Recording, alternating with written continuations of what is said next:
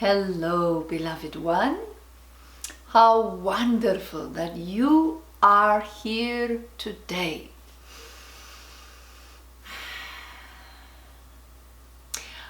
I wanted to introduce myself, even though many of you have been watching these videos for a while, or you have been with me for many years. There is often the question that seems to arise: who is Mother Mary? So here I'm going to explain my presence in the body of Danielle so that it can be understood what is meant by the use of this particular name.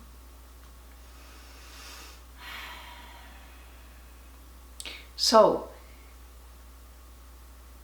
my last lifetime as a human being was that of Mother Mary, the woman who gave birth to Jesus, as you know, of the Christ child. So, in that lifetime as a human being, and I had lived many lifetimes before that one, I was given the opportunity to release my attachment to this world, to the cycle of death and rebirth, and most significantly to let go of my attachment to what it means to be human, to those things that humans cling to, yes, and that seem very important in any particular lifetime. I was offered the opportunity to release my attachment to those things and to embrace an existence more fully that is beyond the human life. And I found that opportunity through the teachings and the presence and the extraordinary energy of my son. But not just my son, those that gathered around him. We all contributed to the enlightenment of each other. It was a co-creation, even though he was the most dominant energy of the group and the energy that led the way or set the pace, so to speak.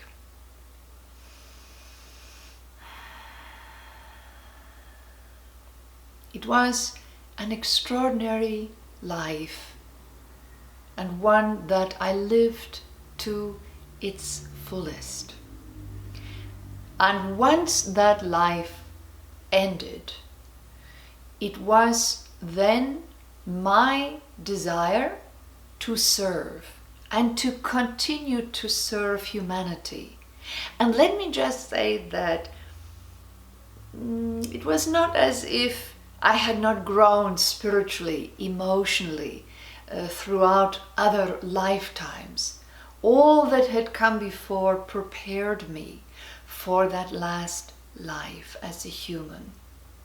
Because it's never black or white. You are never just completely lost in humanity 1 minute and then fully enlightened the next. As I teach over and over again through this body, it is a process. And I went through the same process that you are going through right now.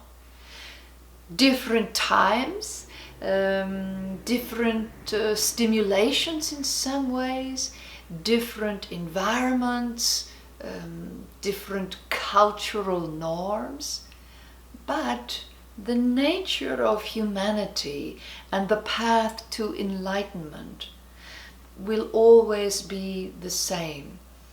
It is a recognition of one's whole self, shadow and light, And it is a slow release of one's attachment to the human experience. And it can't be forced. You can't make yourself let go of your attachments. You must, through time and experience, see them for what they really are and make the decision in each moment. Do I cling or do I let go? Do I keep hanging on or do I let go? Do I push things away or do I let them in? It's always a choice, each and every moment. And once that lifetime was over for me, I wanted very much to serve humanity, to stay close to the human existence, but not be bound by it anymore. And so, as most all of you know, in popular culture, our teachings were taken up by early Christians, and then, of course, the Catholic Church dominated those teachings for a long, long time. And the reason that I, Mother Mary, or I was given the name Mother Mary, is because throughout the history of the Catholic Church, they wanted more followers. They wanted to grow their organization, just like most organizations, they are looking to grow. And what they kept running into over and over again throughout the different countries and empires was the goddess worship. That was very prevalent in many cultures. And so they elevated me quite consciously.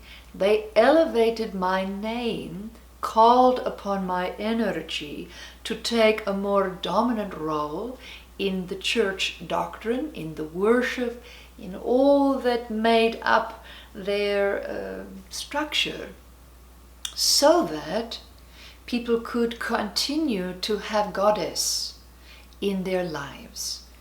And so it was also recognized in the early years that the balance of masculine and feminine was so important to everyone, that there was a necessity for that energy to be present to reflect both the passing of the seasons.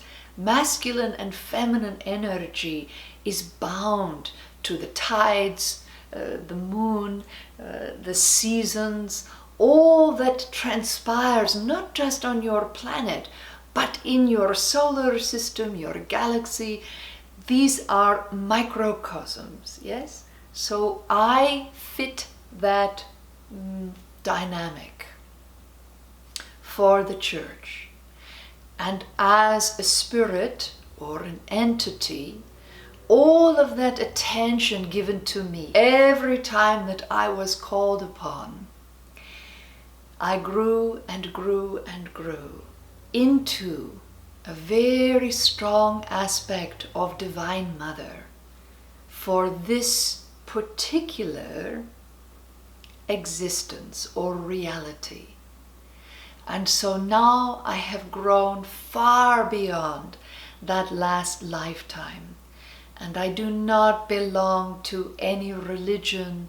I do not belong to a particular structure or dogma. I am the aspect of Divine Mother that is always available to you for whatever you need. The majority of my energy is best represented through the experience of compassion, through the experience of that type of love. But that is not all that I am. There is a fierce love of a mother. There is the gentle kindness of a mother. There is the mother's love that says, you know the answer. I'm not going to do it for you, but I will support you in whatever you choose to do.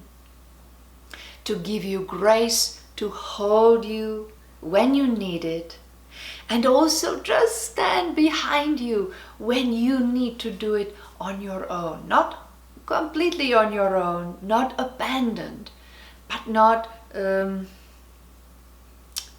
so that it's done for you, so that you have a sense of your own power, your own majesty, your own divinity.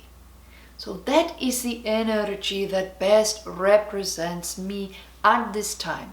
And so for a long, long time, what I have done through appearing to others, speaking to others, being channeled through others, all these appearances, all these points of contact are designed to give you the knowing that you are not alone, my beloved ones.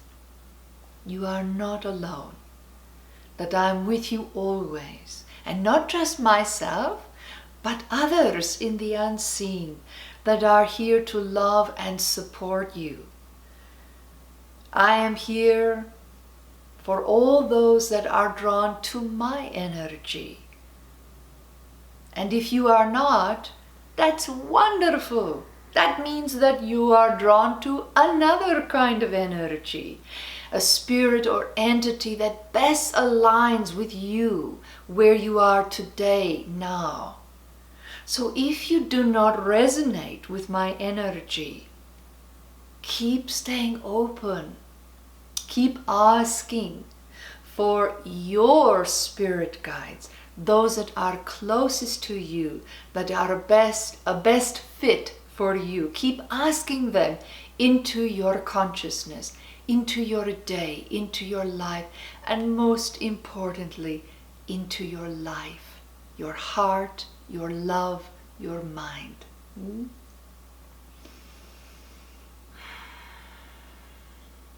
Always I am here to serve. And the best way that you can serve me is by finding your glory, stepping into the experience of self, to stop hiding and to find what's important to you and live that. Know that I love you always. Whether you choose me or not, I'm loving you, loving you, loving you. Be kind to yourselves. And I hope that this clears up some of the mystery around Mother Mary. Namaste.